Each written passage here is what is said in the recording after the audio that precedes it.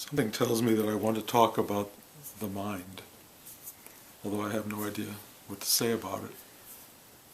Other than that, it tends to afflict people in many ways, as much as it tends to be of help. And that one of the key ingredients of the meditative process is to let go of the mind. And in this particular class, we do it with an exercise that involves trying to let go of the mind for 10 seconds. And even that's a struggle for people. And we even ask inside for help to surrender. And yet the mind creeps in after 2 seconds. It's a kind of constant that we either engage or don't engage, but it doesn't seem totally to go away. And it starts early in our manifested existence. You know, my grandchildren are my teachers, and I'm watching their minds coming into play and how early they start, and how everything is starting to basically evolve into, how do I survive? Where am I? How do I get through to the next moment? How do I get what I want? Who am I? What am I doing here? It's huge, huge, deep questions that come up really early. And it's so interesting how they start to take on the shape of words and thoughts and ideas. In the very beginning, it's not even that. It's like, what is this thing here, and how do I get it to that thing there? And it's trial and error. How do I get that bauble that's floating above my head? You don't even know it's my head, but you know it's attractive, and this thing here wants to go toward it, and it's reaching. And then all of a sudden, and then it doesn't know how to do it again. And then you got it. And you let go of it, and you start to go, and you master something in the world. And that mastery is ongoing. We become, if we're lucky, master minds. We become able to master the mind as this tool that helps us manipulate matter, time, and space. It allows us to manipulate conscious form.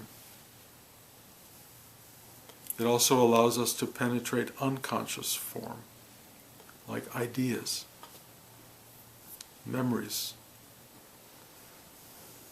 feelings.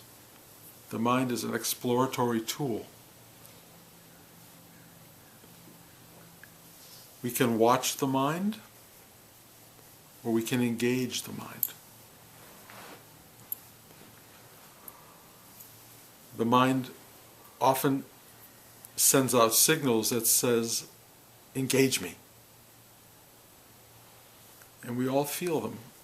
We feel certain things floating through, and we are an observation of mind, thought entities moving around, old memories, old sensations. We come, we watch, we pay attention, and all of a sudden one of them goes, and it's got you. This is the one to spend time with. This is the one that you are going to engage for now, and it's going to be instructive, and it's going to be something you're going to dissect, and you're going to use it to move through a deeper, bigger understanding of you, or the world around you, or life, or whatever it is. It can be also something that you're just going to use to gnaw on, like a dog who gets a bone. I found something I can chew on what they did to me last month or what they did to me 10 years ago. And that's the mind, and it's just going around and around, and it's all productive on some level. It's all interactive. We're very involved in it, either watching it or engaging it. And then everything is fine on some level, except sometimes it brings up stuff that you don't like, that you don't want to pay attention to. Where does that come from? Why does it bring up terrible things? Why does it bring up stuff from 20 years ago that you thought you didn't have to deal with anymore? And what is it that's bringing it up? From whence cometh these contents, these thoughts, feelings, emotions? And of course, the engagement is really indicative of its power, the power of the thought and the power of the mind to grab hold of the thought so that you are involved and engaged and dynamically caught by it. This is it's a dynamic that goes on our whole life. I watch my granddaughter, and you tell her that she can't have something she wants. And her mind goes immediately into, how can I get it? Why can't I have it? How do I get this thing that I want and they told me I can't have? How do I function in a world that's saying no to me? And the mind starts to do all of these clever things. It starts to dialogue with you. It starts to go, well, if I do this, could I do that? And the bargaining that goes on, the concepts that start to come into play, the wiles, the feminine wiles in her case, which are brilliant because she's so good at using them to get the thing she wants. Her mind is so active in plotting and structuring and reaching for, and she's only 5. And she's brilliant. She breaks me down over and over and over because I can't do battle with her insistence and her power of, I can, but it breaks my heart to do it. And I watch how brilliant this mind is becoming, and it's really instructive. And I'm watching her brother, who's only 2, learning from her. And who do we learn from? Well, if you're a firstborn, you kind of learn from your parents if they're around to, they're sometimes instructive and sometimes they're imitative. You learn from them. But little kids are learning, the little ones are learning from their big brothers and sisters so directly, and they're drawing this information, right or wrong, about the universe, And my granddaughter has discovered crushing rocks, like it's the best thing ever, and she turns them into powder and dust, and she can play with the dust and put water in them and do all these things to them. And now my grandson only wants to crush rocks, but he wants to crush them with her crushing rock, not with another crushing rock, because that's the one that works on her, and the other ones don't work. And he's figuring out the world about crushing rocks, like this is really important. And so here his mind is growing, and I'm watching it grow, and I'm going, but this is useless information. But he doesn't know it's useless information. It's so vital and vibrant and immediate, and he's building a self based on how you crush rock. And it goes on, because that's just one tiny little flavor of the endless, infinite number of things the mind is developing for them. So, what do you do about a mind that's so important, so vital, so vibrant to our creation of self, our survival as self, our process and movement through the world? What do you do with the mind when meditation says, stop thinking? Turn it off.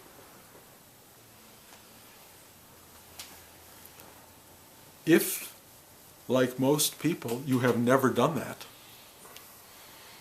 it's a strange injunction. Turn your mind off.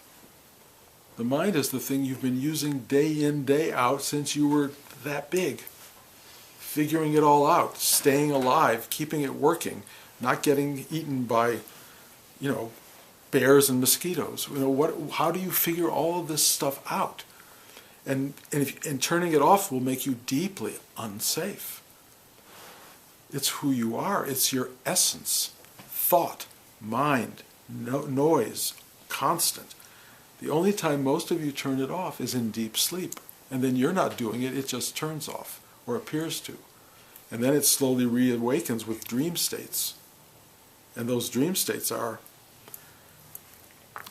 they're a part of your mind nothing in you understands, because there's no ego mind analyzing it. It's just observing, watching this phantasmagoria of thought, ideas, sensation, dream, hope, ambition, all of the stuff that finds a way to visualize itself in the dream state. And then you wake up into this and it becomes materialized as consciousness. This is consciousness. I talked about this a while back, and a lot of people are talking about it, that material form is consciousness. That the body is part of consciousness. The floor, the ceiling, the sky, the moon and the sun and the trees are consciousness materialized.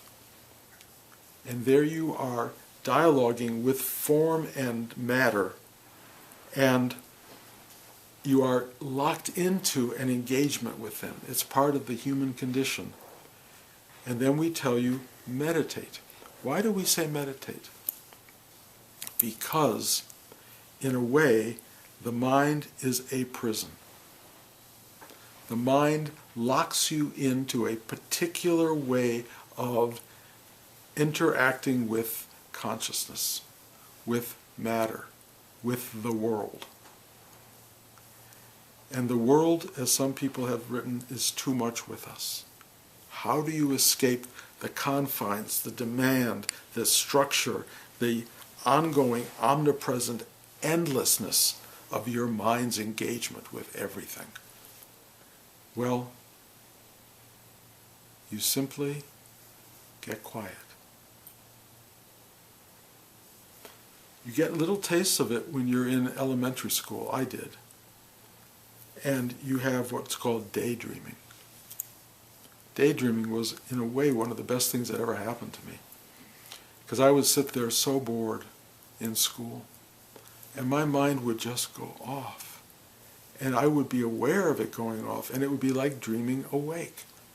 And I would watch it go, and I would watch the materialization of the world soften and bend and move around, and I would go, oh, and the feelings were so incredible, and I would be on adventures, and all the time that I was in a schoolroom with solid walls and a teacher talking, I was in the physical structure of the world, but I wasn't caught. I was free, moving through it. And then the teacher would say, Bruce? Bruce? And he'd ask me a question. I would have no idea what he was talking about, and I would be so embarrassed and so caught and so on the carpet because I had given up for a minute being in my mind, in the mind of the class, in the solidness of the world around me. And it was a kind of punishment to be away from that. Drifting off was kind of saying, it was a kind of a no-no. You have to be here, locked in, frozen in this condition. 2 + 2 is 4. Don't leave that. You know, this is the world we're in. And I got very good at being in the world, but I never stopped daydreaming. And my entire career, the fact that we're sitting in a room here in a very nice house, is because I daydreamed. Because it taught me how to see and tell stories and to look at the world from a much freer perspective than a lot of people who are, let's say, physicists are able to do. I'm just picking that out of the hat, or, you know, or accountants or whatever. The people who are locked into a particular kind of mindset. But at some point, most people get to a place where they go, enough. I can't take it. This mind is oppressing me. And a lot of people's minds, especially when you start to try to extract yourself from its power, begins to exert more power. Who do you think you are? Why do you think you should be able to do this? These dark, negative, internal forces start to attack us, and they're us. Why do they do that? Why does our mind attack us? Who has given it the power to do that? Our own mind. Why does it fixate on pain? Why does it fixate on something you would like to have let go of long ago, and you keep bringing it back? Why do you keep regretting things that you have no power over, that are already past tense? Why does the mind go back to that thing? What is its insistence on making itself really, really dominant in your life? Well, it's the power of being in power. Power loves power. The mind loves its power. It loves it. It realizes it. It realizes that it can dominate you. The mind, which is yours, understands that it can make you do this and make you do that. It's like the computer run amok. It's like 2001: A Space Odyssey. The computer can take over. Sorry, Dave. I don't remember the lines, but it was very chilling to see a computer telling him he couldn't come back onto the rocket ship. Sorry, Dave. And it's really interesting. If you watch that film, when they start to pull the computer apart, it goes, Daisy, Daisy, give me your answer true. It was built out of a little childlike song. It was built out of these little childlike memories. These little tiny building blocks create, sorry, Dave.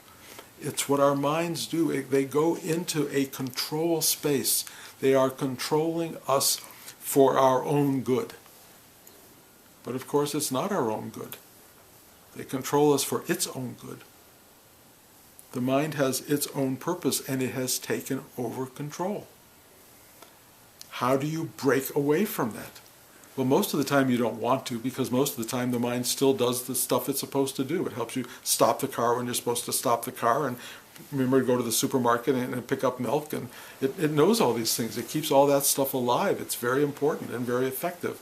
But why, when you're walking down the street and you just go for a walk, which I now do every day quite a bit, as I've been talking about, you go for the walk, and all of a sudden, as you're walking, the mind fills with stuff.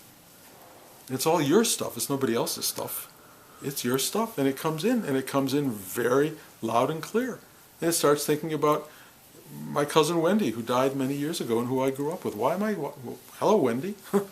Why are you here? And I start talking about it, and she starts reminding me of things that happened here and there, and suddenly I'm all over the place.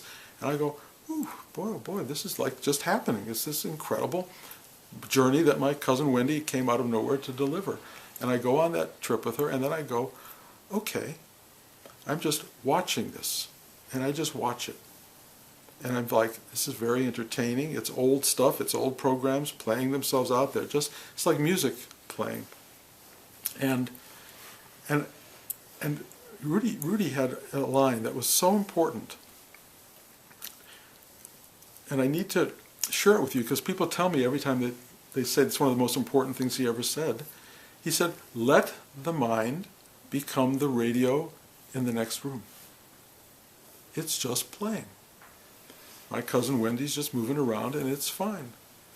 But the minute my cousin Wendy says something to me that strikes a chord of pain, which she's capable of doing, suddenly it's not the radio in the next room, it's there. It's right there. It's like a news flash.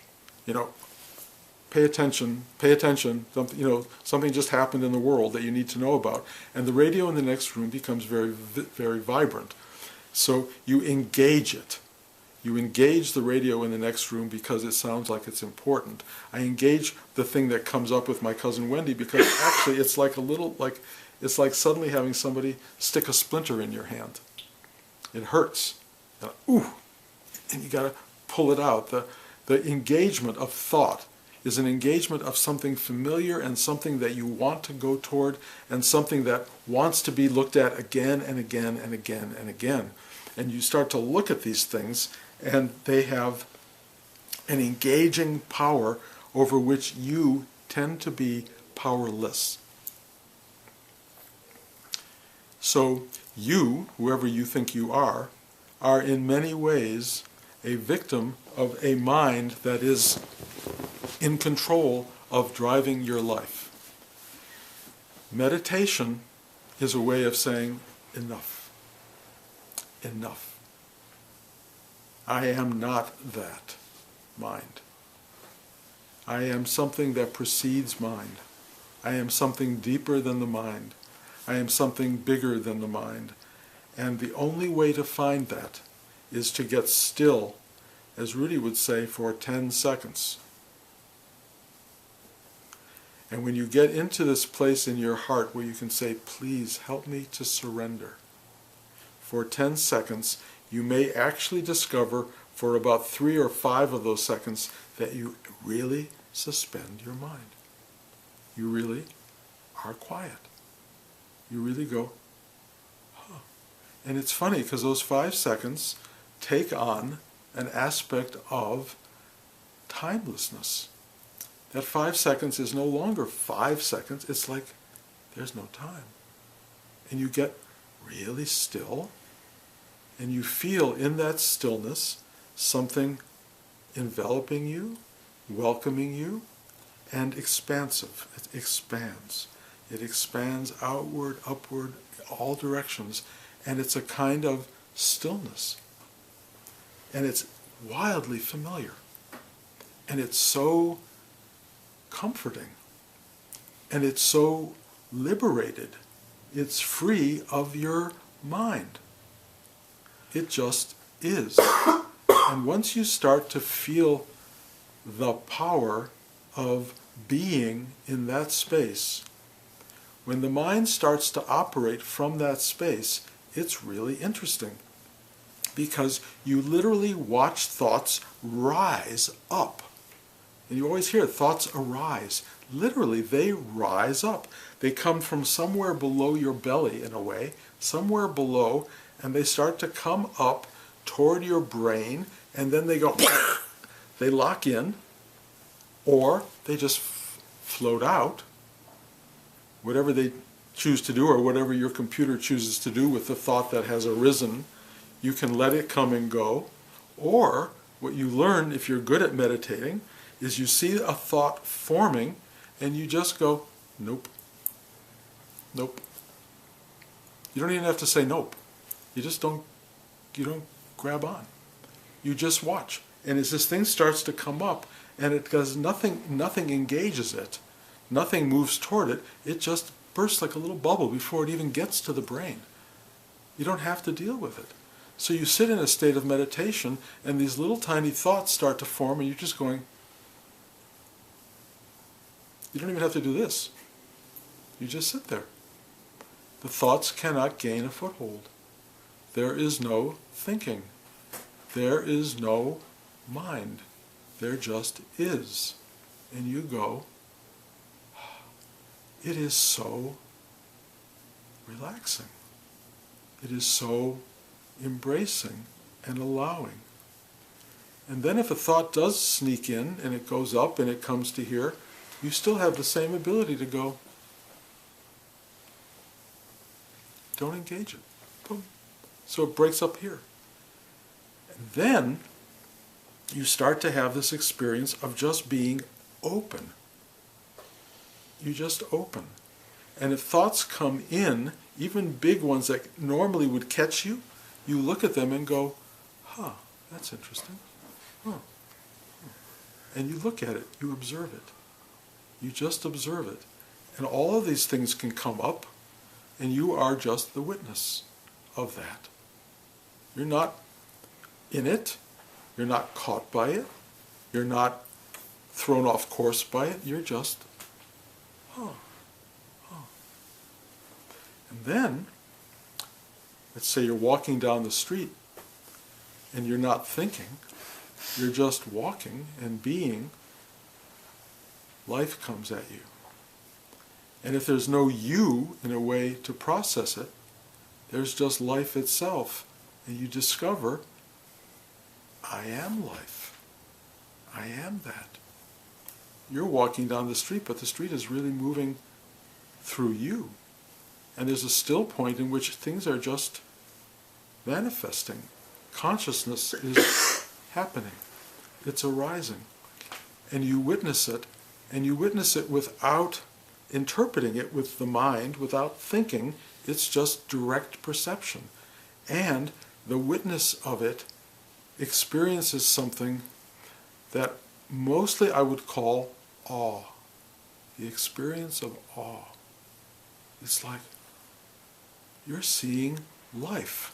You're not only seeing it, you are it. You're breathing it. Life is happening. What is happening is you is happening. And it's like, all the time, step by step by step. I've talked so much recently about how it's embarrassing, how I have to stop and commune with the flowers, literally commune with the flowers, because they knock me out. They are so beautiful. It's like, why did you happen?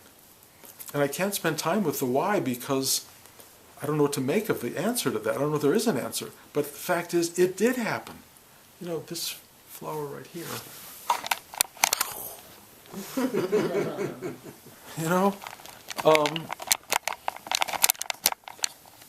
What is that? And how can you not know in the depth of your being that without interpreting, thinking about, analyzing, wondering, being scientific, being poetic, get rid of all of that, just witness the beauty of it. And the beauty and the horror of everything. Because life, clearly it's got everything. Life's got everything in it. Everything. But if there's no you to be impacted by it, if there's no you to have to think about it, to dialogue about it, to interpret it, to play with it, to futz with it, there's just it. There is a wonder in that is exquisite.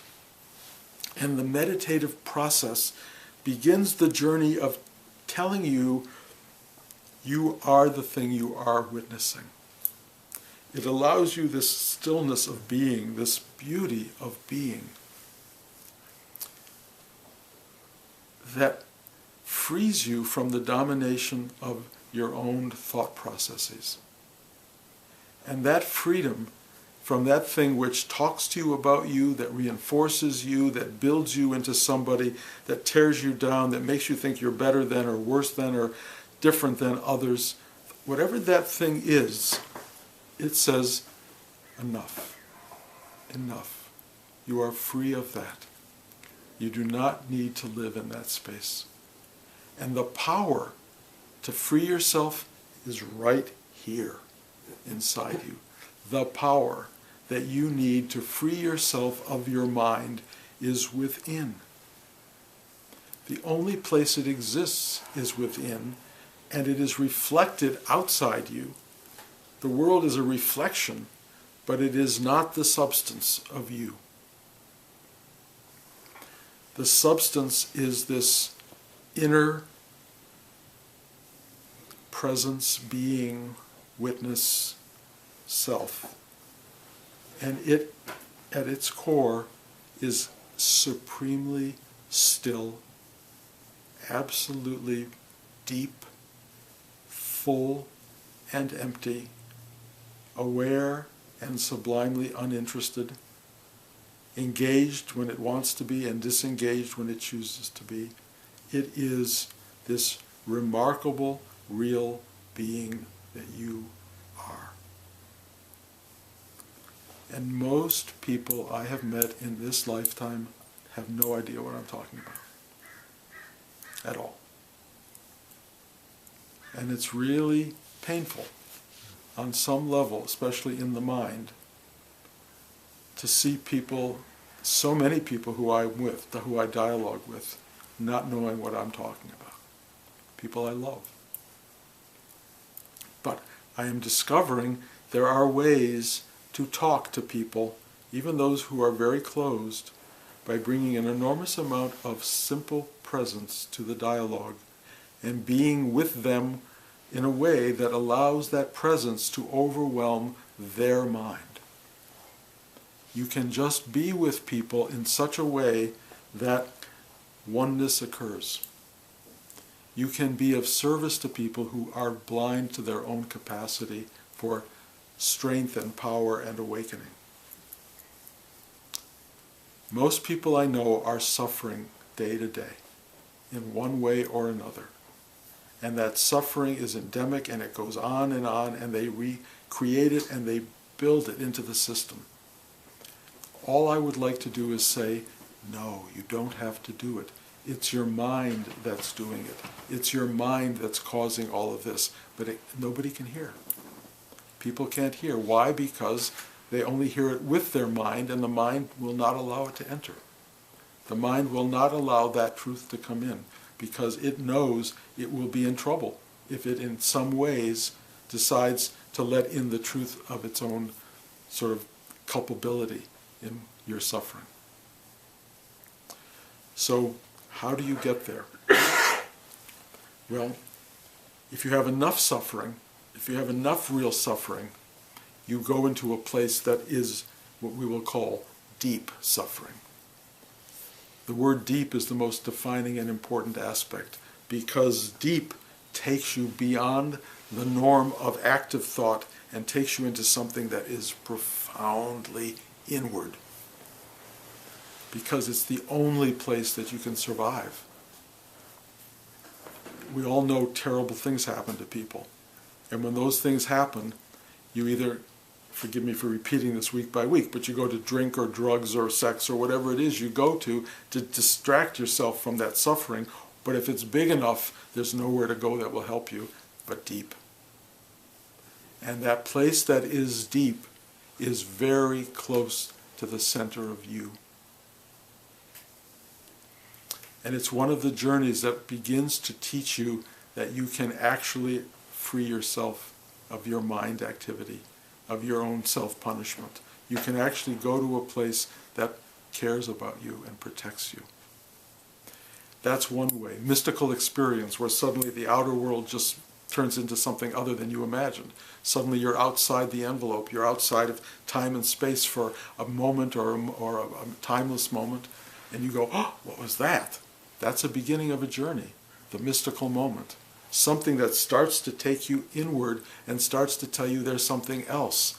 And then the search for that else is so valuable. It's what we want.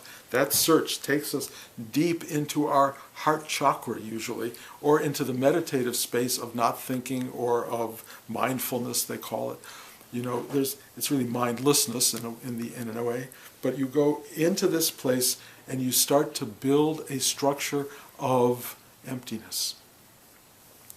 And you find your way in practice, week by week, day by day, hour by hour, into a place that liberates you from the pull and the demand of the outer form.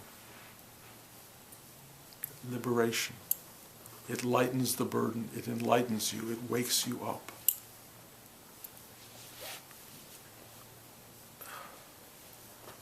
The universe is becoming more distracting. Hard to believe. But it is. It has the power now to keep you in constant distraction.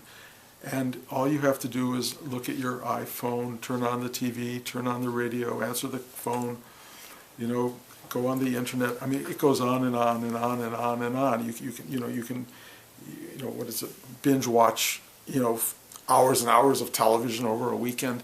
You can live a life without ever being still, without ever knowing anything I'm talking about. A whole life can go by, or some people say many lives. They go by like that. In the old days, when David was a shepherd on the hillside with his flock, it's him and the sheep. What do you do after a while? You just sit there. And you kind of find your way in, and you write these beautiful psalms to the Lord. But we don't do that anymore. You're in your car where you could possibly write a psalm if you turned off the radio, but you don't, because you turn on the radio. You listen to NPR.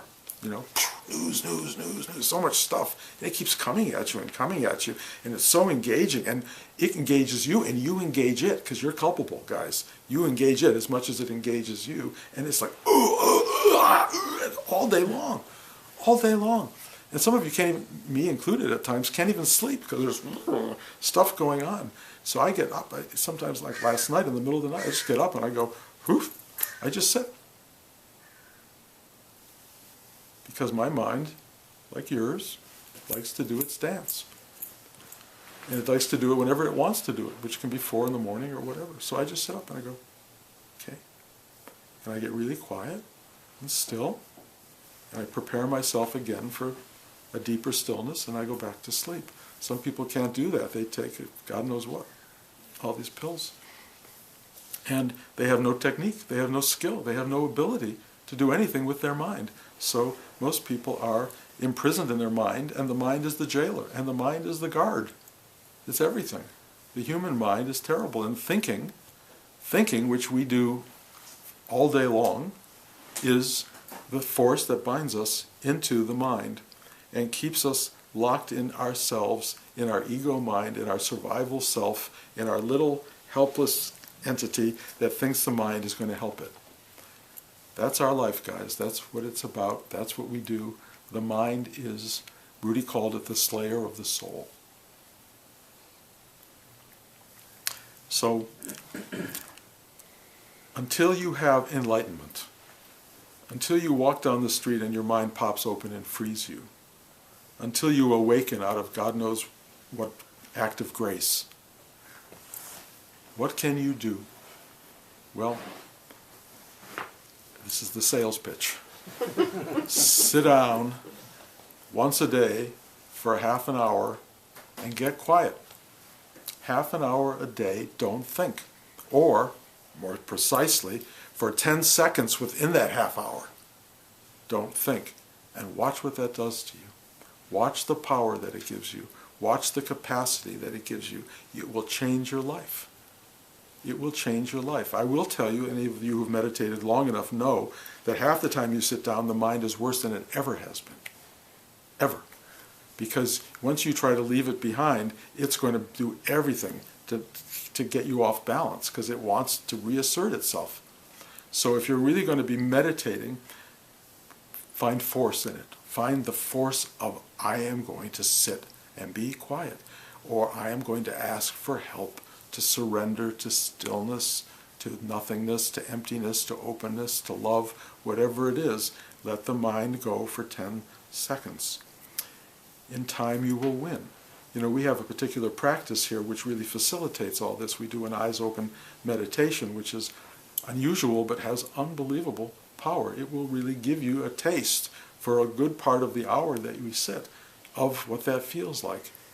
You know, it's not to make you addicted to this practice. It's to help you know there's a space inside you that wants to release you from your imprisonment. It's just one practice. There are many practices. I always tell people, go to any practice that you like, but practice. Do it. Do this thing of sitting still once a day, long enough so that you begin to find empowerment. And that empowerment is not your ego mind, it is your being that is bigger than, greater than your ego mind, and allows you to say no to that thing which is trying to run the show. And you can do that. You just go, no, no, no. It's so simple. No. You know, my 2-year-old grandson has discovered no. And he's really good at it. No. There's no equivocation. No. It's just not going to happen. And it's empowering, and I watch him, and I love him for it. I really do. Even when I disagree with him, it's we all learn it. Employ it. Employ it in the not thinking realm. Employ it in meditation. Say no to the stuff you can say no to. You do not have to be the victim of your mind. You don't have to be the victim of your thoughts. You can engage when you want and disengage. The mind is the radio in the next room. It's not something you have to pay attention to 24/7. It does not run the show unless you give it the power to do that, and you have the power to say no. Any questions? I have a bunch of questions. First one is when we're doing the double breath and we ask to surrender. is that the mind? Like, who's asking to surrender? And maybe it's so minor it doesn't matter? No. I mean, That's... your mind is you're now programming your mind to do that. Yes, it's your ego mind that's saying, please help me to surrender. It's basically saying, please help me to get out of the way for 10 seconds. Please help me to give me up for 10 seconds. So I've talked about it in a class a few weeks ago about the complication of that, because clearly it doesn't really want to do that, but in combination with this class and with the presence in the room and the presence of the universe around you, you can actually start to go, okay. It's the mind that tells you to go to the gym every week, or do your exercises or whatever, in a way it has your best interests at heart. But the ego really probably would rather sit home and drink a beer and watch television. But it's being engaged in a powerful and positive way. A mind that's really engaged well does create science, it does create poetry, it does create the world around us, it builds buildings, creates architecture. The mind controlled by this, what is this thing? I'm going to call it self, deeper self, presence, is an incredible tool. It's the greatest tool ever. Uncontrolled, it creates all kinds of dependencies and depressions and difficulties in life that people suffer with because it's an out-of-control mind. And that's a problem. And if you have an out-of-control mind, you got to do something about it, or you're going to die with it, because ultimately it doesn't last. It's part of the impermanence. It's a temporary structure. It has a purpose and a goal, and it has a wonderful purpose and goal, but ultimately misused, it's a terrible despot and causes grief. So likewise, the part of me that's watching my breath go in and out, or the part of me that's listening to a talk, sometimes I like to listen to talks while I'm trying to meditate, so it engages mine a little bit, but then something else. So all of that is the same thing, it's just using a little bit of the mind to yes, to engage so that it will get out of the way. What you're really trying to get to is no mind. Right. And no mind, as best as you can get it, is a still point that is absolutely infinite. So it's still pointed, but its stillness is its marked characteristic. And the stillness is a deep falling into a kind of comfort and relaxation, and a kind of knowing and an awareness that is worth the effort to get to it. It's not like, oh God, I'm sleeping, or it's like sleeping wide awake. It's like, no mind is a real gift, and it's a rare gift because so few people get to it. But it is available to anyone who's willing to do the work to get there. Meditating to a talk, I think probably is entertaining on some level. It's not quite what we're talking about. Getting to the place where you really don't need talk. A place that is still pointed and doesn't require distraction of even a spiritual talk, which is ultimately distracting. What I'm trying to point at is not listening to my talks, but listen to what I'm saying. And what I'm saying is, stop. Get to this place of, it's worth it. It's worth everything. Beyond understanding, it's worth it.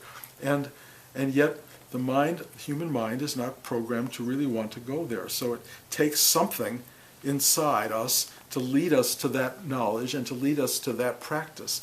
So usually you come to philosophy because of what? Human suffering. This is the realization that this isn't all there is, or is this all there is? You start to discover the great teachings of ancient souls who've said there's more, that there's other, and you start to be led into a unfolding and an awareness that ultimately says, stop everything, sit still, and just be. That's what it goes to. And every great teaching goes to that exact thing. They just give you different paths to getting there. And then, the mind will say, well, follow this teacher, and you'll get there. Well, no. Any great teacher basically says, follow yourself. Because following the teacher will only take you to where the teacher is. You want to go to where you are. And where you are is only you, and nobody else, nothing else. It's yours, And it's where the teacher is, but you can't inhabit it with the teacher. You have to go there in spite of the teacher, in spite of the teachings. You have to be naked and alone in the world taking that step. That's what it's all about. This, every journey starts with one step, said Lao Tzu, but he didn't tell you you're naked. That's you got to walk in undefended, unprotected, saying, yes, that's the great adventure of life.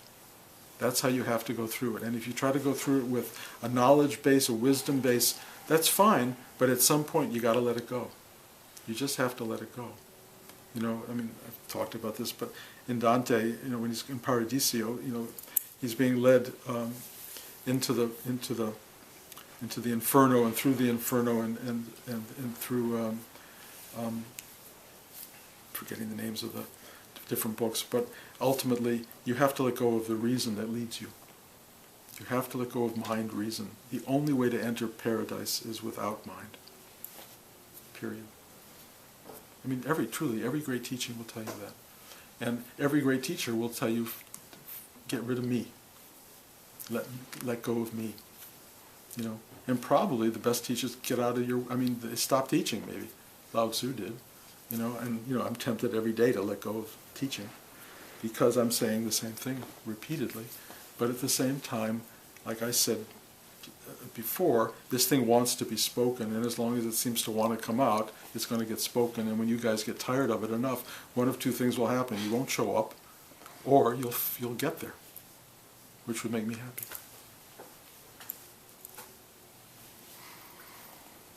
I'm listening to what you're saying, and my experience, how to express this. All right. So in the moment, there's a moment of choice.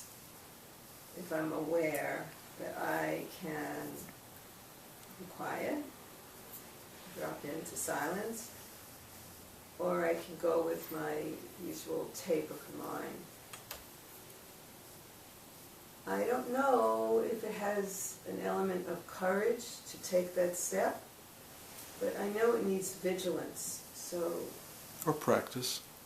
And practice and grace. Yeah, it's all of the above. And courage is a good word for it, because for most people it's such unknown terrain. Mm-hmm. We know the mind. We don't know no mind. How do we, this is, I don't know, it's my own process. It's strengthening that passion to be free, to drop into the Do you know how good it feels to go to sleep at night? Yes. Sorry, what? Do you know how good it feels to go to sleep at night? Yeah. And tell me about the passion and the courage you display to go to bed at night. It's the same thing. You just go, ah. We make it, the mind is telling you, oh, do all that stuff. That's what I just, right before you said that, I got this, my mind trying to make a problem. Yeah, yes, yeah, because it will survive. Yeah, right, exactly. It doesn't like the mindlessness. Yeah. Its purpose is limited, and it functions well for us, but it's limited by the realm of time and space and 3 dimensions, and we exist way beyond that. What else? So when you talked about having to meditate in the middle of the night, and you also sometimes talk about Bruce coming back in. So I was just wondering, when Bruce comes back in, is that when the mind comes back in? Is that always, whenever you get caught with your mind, does that mean Bruce is coming back in? Yeah, kind of, yeah. It's less and less that happens. And last night, I don't even know what happened. I just wasn't sleeping. I was just lying there going, oh, and I wasn't sleeping. So I got up, and I just sat. So then it wasn't necessarily Bruce coming in then? I didn't feel like Bruce at all. It had physiological aspect. I could feel bodily stuff going on. One of the great things that people don't talk about a lot, but even when you have enlightenment and awakening, you're in a body. Buddha died from stomach poisoning. Food poisoning. You got a body. And that body will be a problem for you and the mind. One's going to have to deal with that at some point. And your body, as you get old, and you hit my age, weirdness happens. Middle of the night, like, what? What is this? Why? There's no reason in the world last night not to be sleeping. And the only thing I could think of is, well, I got to teach today. And that's, it's very energetic. I don't know if one knows that, but emptying out and connecting with everybody in the room and working everybody is a dynamic process. And so I was going, whoa, where's the energy going to come from? Of course, it always comes, always. And I knew in the moment, I said, if you worry about this, it's a waste of time. So I stopped worrying. I just went, don't need to do that. And I just sat there, and it was beautiful. It was really beautiful. Open, available, joy, and everything. And then I just lay back down, and after a while, sort of, I was into what no mind, and it was lovely. So, but it's just, how do you work with your life? How do you work with the stuff that's there? How do you work with the people in your life? Again, all these awakened souls, they're still married, or they still have family, or they still have these things. And I actually know a lot of awakened guys who decide to give up their marriages, but then you're going to have the no married thing to deal with, and that's just as complicated as the married thing. Yeah, more. So look, guys, and everybody, awakening isn't a freedom from this; it's an awakening to that, or to this. And then there's these lines that come up that are, very much in the, I don't know the Sanskrit version of it, but even this, even this. Ongoing, even this is that. And that goes on all the time. And then you discover even your waking in the middle of the night is that.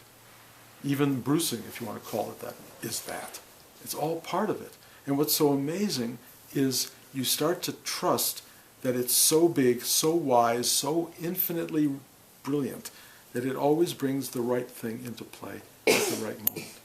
And I don't even know how it happens. I came back from LA was it a week or two ago? And I was taking one of my walks, and I decided to sit down and have a cup of tea. I carry tea with me, or a bottle of tea. So there was a bookstore in San Rafael, Copperfields, and I just sat down, and I was sitting outside drinking a cup of tea, and there's a knock on the window behind me. My son Joshua.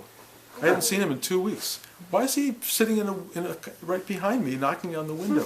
And then we had this wonderful moment, and it was like, some people call it synchronicities or coincidences. To me, I call that life.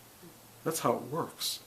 These things keep happening all the time because Rudy would call it flow. Rudy had this great idea for flow. He said flow is when your car breaks down right next to a gas station with a great restaurant attached. That's flow. You don't get away from the car breaking down, but everything else operates for you. Life is like that. You can live like that and recognize it, and it's miraculous. It's a miracle. All the time. So then, when you talked about Wendy coming in, how do you know that that's just your mind playing old programs, or is it actually Wendy's consciousness? Oh, no. It's just the mind. It's just the mind. It's thoughts. But sometimes, isn't it, like sometimes when I think of someone, I think sometimes like they're thinking of me. Well, that happens. I mean, and... That happens. Like the Josh situation. Yeah, sure, so, no. But I don't always know, like, when is it... Why does it matter? Well, because if it's the mind, then maybe I should just turn it off. Whereas if it's... I wouldn't get too caught up in it. Mm-hmm. You know if there's something to be engaged in a deep way. You'll connect with it. It doesn't really matter. It's just observe it, watch it. You can engage things consciously if it feels like you should engage them consciously. If you're engaging it automatically, out of a habitual pattern of engagement, you may want to watch out for that. Or you may want to just say, oh, that's a habit, and know that you can break it. My cousin Wendy doesn't come up that often in my life, and when she came in, I was happy to greet her. She didn't stay long, but she started to trick certain memories that were things I didn't want to look at, and I said, okay, not going there. Disconnect. It's amazingly wonderful to have power over that stuff. It's really great. Okay? I have one more thing to say. Yeah. I wonder if in Western society we resist that stillness because we're kind of programmed to think of that as an emptiness or a void. And what I hear you saying is it's really a higher level of being. Yes, yes. I mean, we're programmed into productivity. Mm-hmm. And the society and the consciousness of the world that we're in is a productive reality that needs us to function this way. So stopping that is not good for the society, basically. Of course, who knows what society would be if we would all take a moment and get to this place. I think it could be quite exquisite, really. It may even be a survival tool in the end, because we're getting so productive, that we're creating materials, robots and things to be productive for us, and now we're going to have people with nothing to do. Now what? And that's coming at us not slowly, it's rushing at us. And this kind of teaching of being could be exactly the thing that's required, because we may have to find new ways of being that don't involve doing in the same way. And I'm seeing a lot of kids going off to start farming, doing all these other, going into nature, people starting to make choices for life that are totally against what I grew up with. A job and make money and buy a house and all that stuff, that's starting to shift. I think it might be a good thing, although society's still at war with that idea, it may be good. But I do know this deep space of self is the thing you're looking for all the time in your life when you pursue things like love, happiness, fulfillment, good food, sex. Everything that you're looking for outside is simply a reflection of the reality of this thing that's there already in you. And you tap into that, and the fulfillment comes up. You can still have good food, you can still have good sex, you can still have success or not. It won't matter in the same way. It just won't. It's all there, but you'll know where it comes from whence it cometh, and you will be grateful. Okay, guys, thank you. Be here next week, and then I'll be in LA for a week.